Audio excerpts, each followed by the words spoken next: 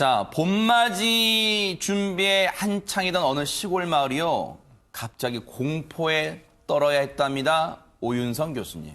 네, 지난 3월 8일 오전 9시 40분입니다. 충남 예산에 있는 한 마을에서 이제 보통 일반적으로 주민들이 봄맞이 청소를 통상 하는 그런 그 기회들이 있거든요. 네. 그래서 이제 그 주위에 있는 뭐 쓰레기라든가 이런 것을 이제 줍는데 네. 그 과정에서 백골 시신을 발견했습니다. 아이고. 그래서 이제 이 장소 자체가 좀 평소에 인적이 좀 뜸한 네. 그런 차동고개 아래에 있는 네. 지역이라고 하는데 네.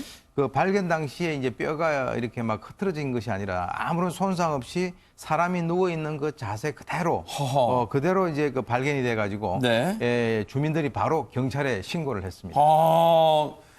여러분 생각을 해보세요. 봄맞이 마을 대청소를 하는데 백골 상태의 시신을 발견한다.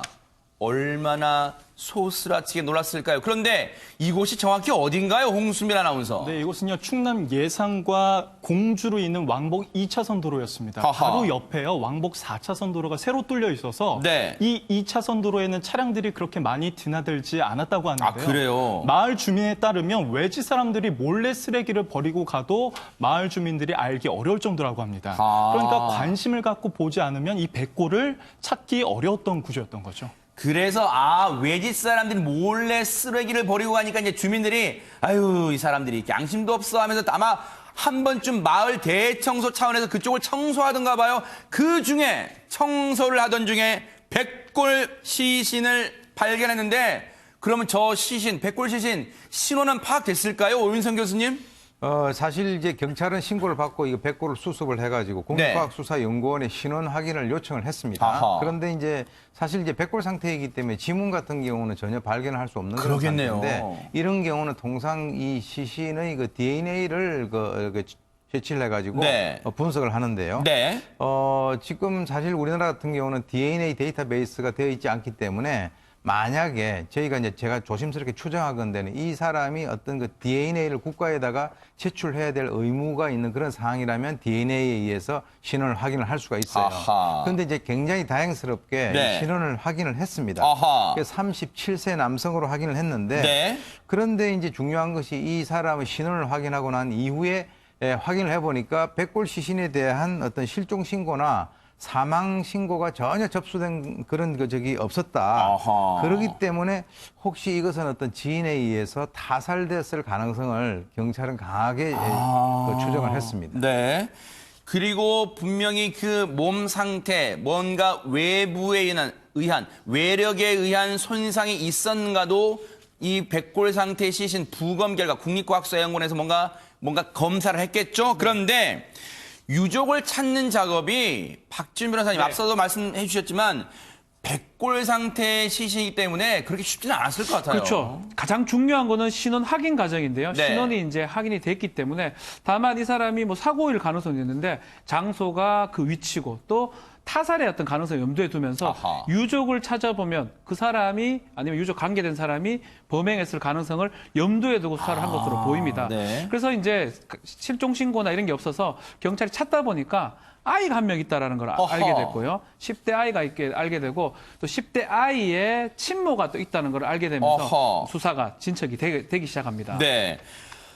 알고 봤더니 이 사람에 대한 지금 백골 상태 시신으로 발견된 남성입니다. 남성에 대해서 실종 신고도 없고 사망 신고도 없고 기록이 없는 거예요.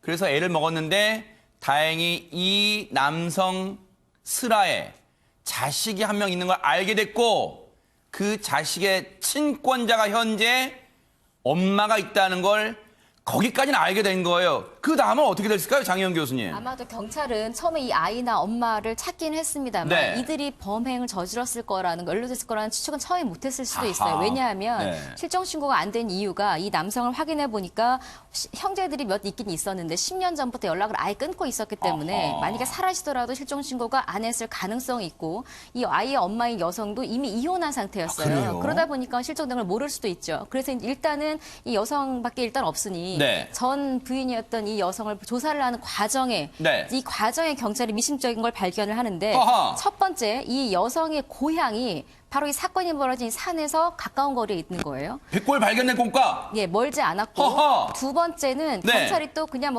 일반인이 아니잖아요. 촉이 있을 것 아니겠습니까? 네. 조사를 하고 진술을 받는 과정에 여성의 태도나 말이 좀 뭔가 어색하다는 걸 느낀 그래요? 거예요. 그래서 집중 추궁을 한 결과 결국 이 여성이 전 남편을 내가 죽였습니다라고 자백을 합니다. 세상에 지금 온몸에 지금 장희영 교수님 말씀드리니까 온몸에 소름이 쫙 돋습니다. 설마 했는데 그렇다면 이 끔찍한 살인사건 전말은 어떻게 됩니까? 박지훈 변호사님. 네, 사건은 2014년으로 거슬러 올라가야 허허. 됩니다. 2014년 10월 21일이었고요. 네. 이 아내는 자신의 동생과 함께 이 전 남편 지금 백골로 발견된 이 피해자를 불러냈습니다. 허허. 식당에 불러내서 술을 같이 마시는 과정에서 네. 이 동생하고 이 아내하고 둘이 단합이 돼서 허허. 남편을 둔기로 때려 숨지게 한 다음에 네. 이제 글로 지금 2014년 10월 나오고 있는데요. 네. 살해를 한 다음에 이 근처에 차동 고개로 가서 유기를 했는데요. 그 당시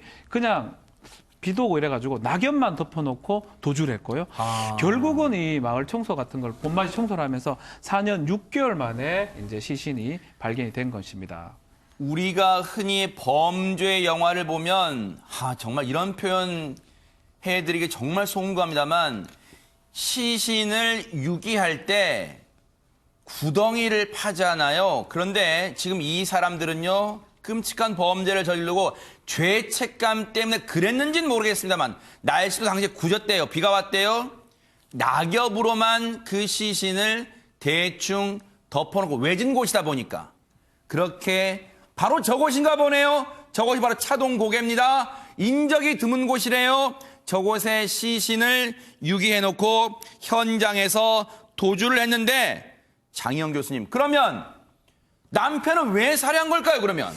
사회를 좀 들어봐야 될 텐데 일단은 이 아내와 이 지금 사망한 남편이 2007년에 결혼을 하게 됩니다. 그리고 2년 정도 살고 이혼을 했어요. 그 과정에 아까 그 아이가 10대 아이가 태어난 거고요. 근데 이혼한 이유도 남편이 뭐 잦은 폭력이나 이런 것들이 좀 있었는가 봐요. 그래서 이혼을 했는데 네. 이혼한 이후에 남편이 자주 찾아와 재결합을 요구를 했고 아이 때문에 아내가 재결합을 할까 고민도 했었는데 역시 폭언과 폭행을 보면서 재결합은 안 되겠다라고 이야기를 한 겁니다. 근데 범행은 여기서부터 시작되는데 그게 바로 범행 동기인데요. 워낙 자주 찾아와서 이런 폭언과 폭행과 함께 재결합을 요구하니까 이 여성은 범행을 저질렀다라고 자백을 했고 지금 공범으로 같이 나오고 있는 남동생, 이 여성의 남동생 같은 경우에는 그 과정에 우리 누나가 매를 맞고 있었는데 그걸 보고 내가 참을 수 없어서 함께 이 범행을 저질렀다라고 자백을 했습니다. 네.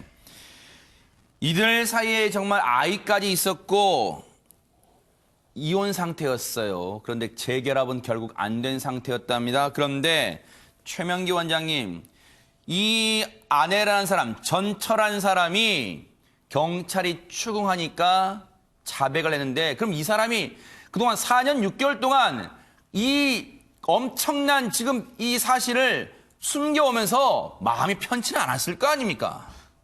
그러나 사실은 이 사람의 입장에서는 안도하는 점과 불안한 점이 오갔을 것 같아요. 그럴까요? 왜냐하면은 보통 이제 이혼을 하게 되면은 네. 그거로 어떤 굉장히 힘든 관계가 정리가 된다고 생각하는데 이처럼 이들의 주장이 맞다고 가정하면요. 네. 이혼하고 나서 계속 찾아오고 괴롭히는 경우가 있거든요. 이런 네. 경우에도 진짜 괴로워요.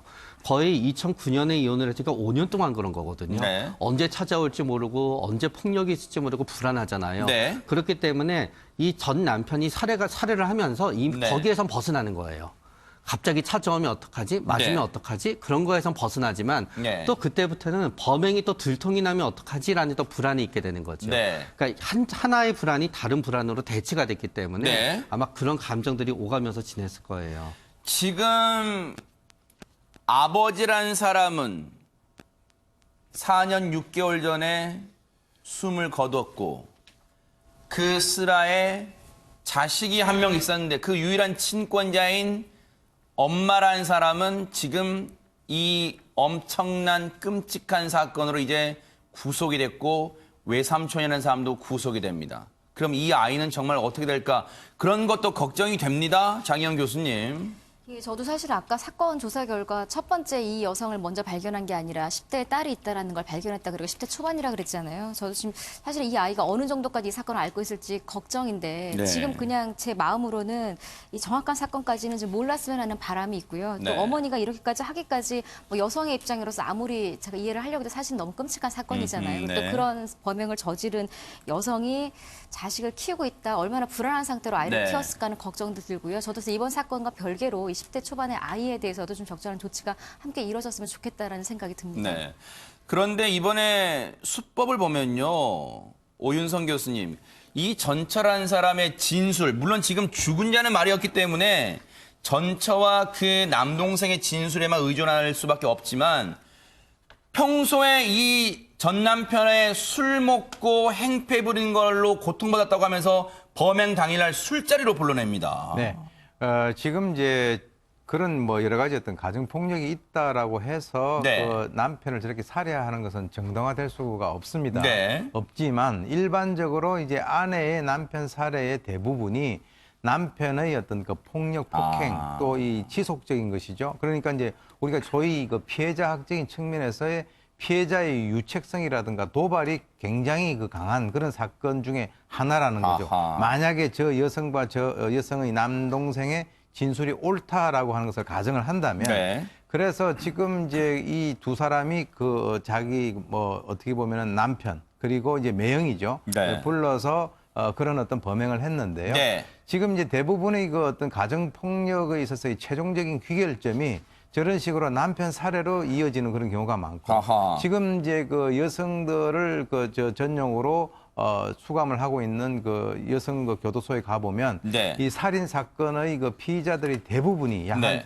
60-70% 정도가 남편 살해로 이제 그 돼 있거든요. 하하. 그것은 그만큼 우리나라에서 이 가정 폭력이 그러네요. 상당히 만연하고 있다라고 하는 것을 이제 시사해 주는 그런 바가 큽니다. 그렇게 볼 수도 있겠네요. 경찰은 이 두 사람에 대해서요, 살인과 시체 유기 혐의로 두 사람을 구속을 했습니다. 정말 그 마을 주민분들의 그날 대청소, 마을 대청소가 없었다면 이게 4년 6개월 만에 드러났는데요. 지금도 진실이 묻혀 있을 수 있겠다 이런 생각해보면 정말로 오싹한 그런 사건이었습니다.